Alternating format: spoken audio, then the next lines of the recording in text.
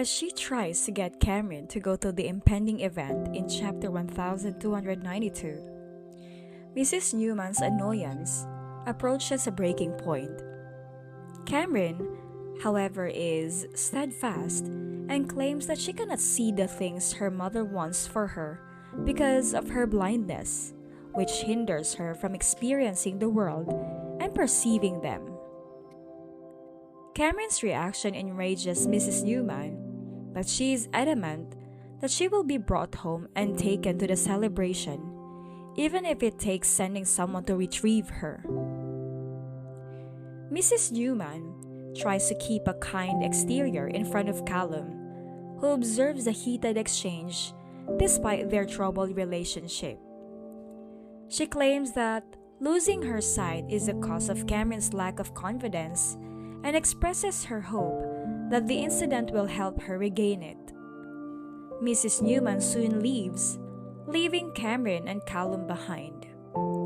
Since she no longer wants to sell the roses after her mother's passing, Cameron tells her employee not to wrap them. Cameron chooses to finish wrapping the bouquet and sells it to Callum instead after understanding that he still plans to buy them.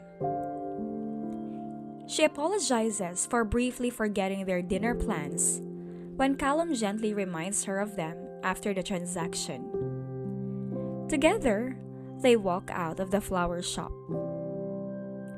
Cameron is preoccupied with her mother's plans as they make their way to dinner.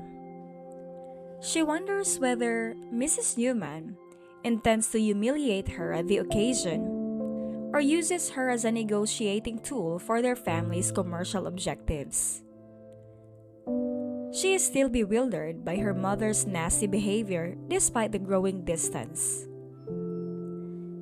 Cameron tells her staff to keep an eye on the flower shop while treating themselves to finer cuisine while she is back at the flower shop.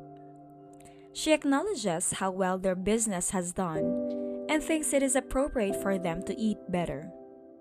They used to frequently order cheap takeout, but now that their profits have soared, Cameron wants her staff to share in the success of the business.